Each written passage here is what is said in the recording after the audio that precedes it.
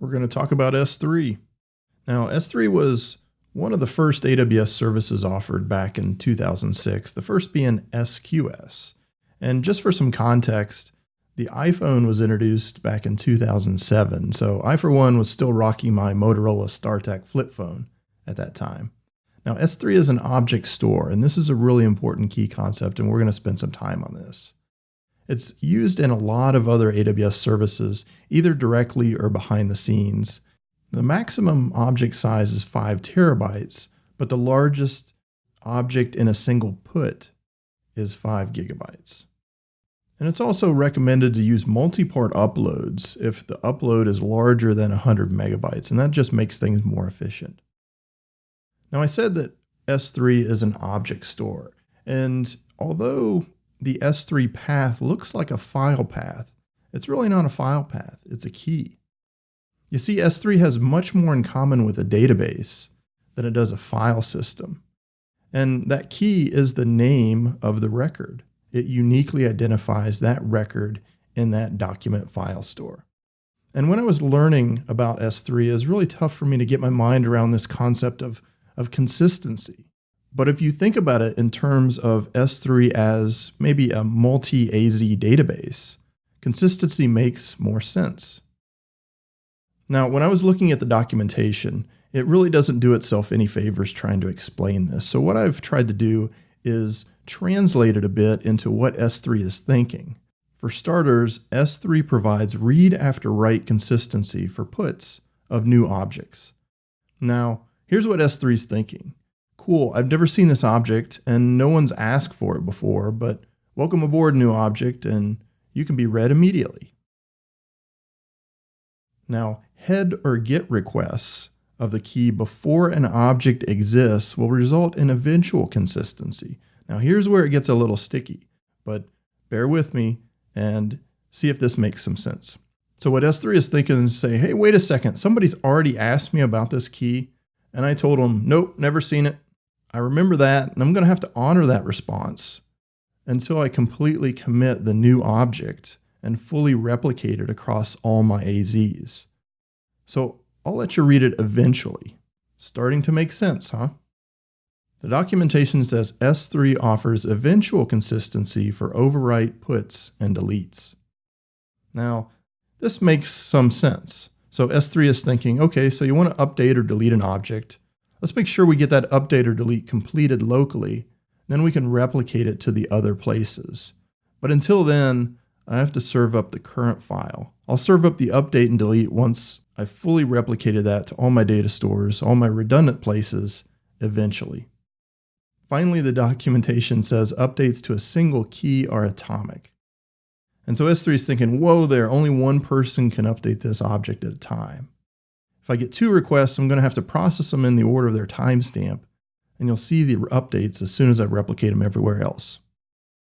Makes sense. Now, S3 has different facets of security that you should already be familiar with. We have the resource-based items like the object ACLs and bucket policies. We have the user-based items like the IAM policies. Then we also have options for multi-factor authentication before delete, for example. Now, S3 also supports versioning, and in essence, this just creates a new version of the file with each write. And it enables us to do rollbacks or an undelete capability. And you can see down there at the bottom, I have a file that I've since deleted, but it still has that delete marker out there. And that just tells me that, okay, this file's been deleted. I can check that box and restore that version. In essence, doing an undelete. Now, the old versions count as billable size. So you want to be sure you're tending to the size of the old versions. And you can do this with lifecycle management if you want to delete the old versions automatically after a certain number of days.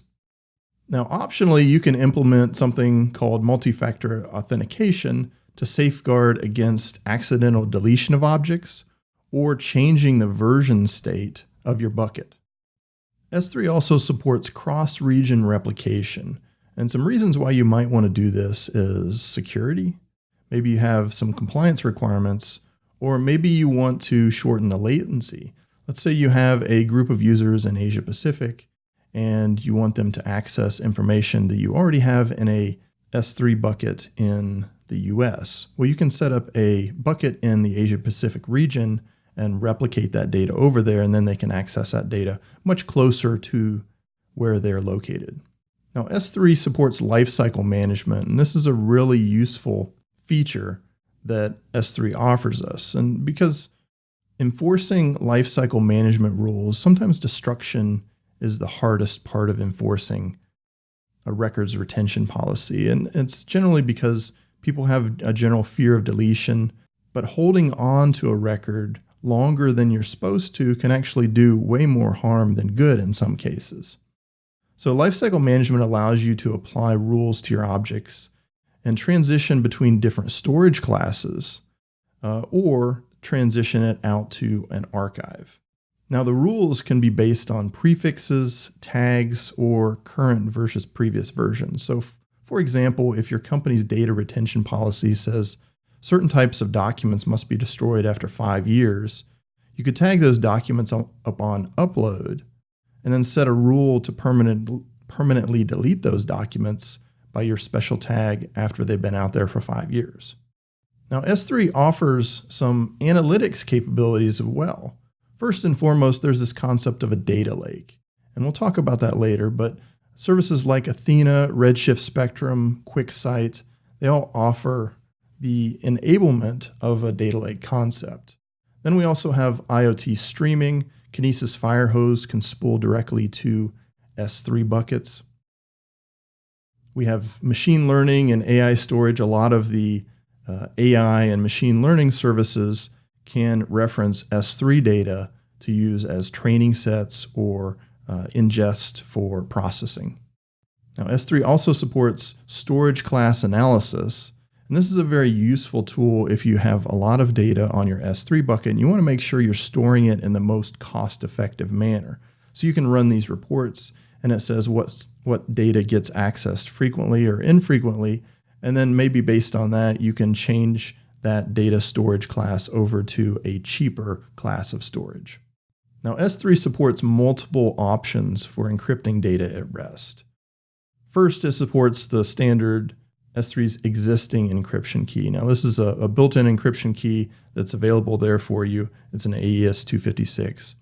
But if you don't trust that key, if you don't want to trust AWS, you can upload your own AES 256 encryption key and then use that when objects get written into the S3 bucket. You can also generate a key in KMS, and then you can always encrypt your data on the client side before you upload it to S3. And that's generally what I do.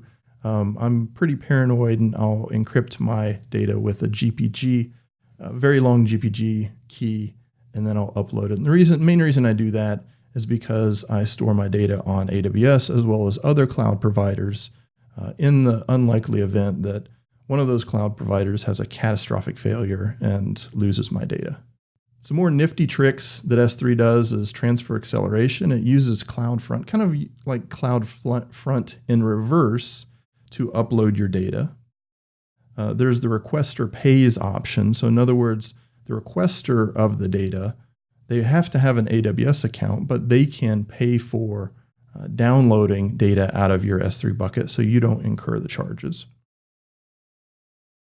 We have tags, which are terribly useful across all of AWS, but more specifically in S3, is you can assign tags to objects and use that in costing, billing, security, segregation of documents for, as we mentioned before, archiving purposes.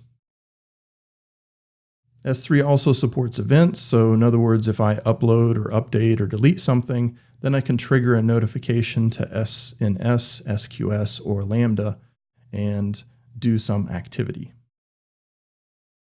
You probably already know about the static web hosting feature. We can put out some HTML files and just natively host those with a massive scalability. One of the lesser known features is BitTorrent. So S3 supports the BitTorrent protocol, and it actually has a special URL that you can generate a .torrent file to distribute to other users or other people who want to download your content. And then they can use their BitTorrent client to start downloading that content, then ultimately the content gets distributed across the torrent network, and then you're not serving up so much data straight from S3, but you're leveraging the peer-to-peer distribution network.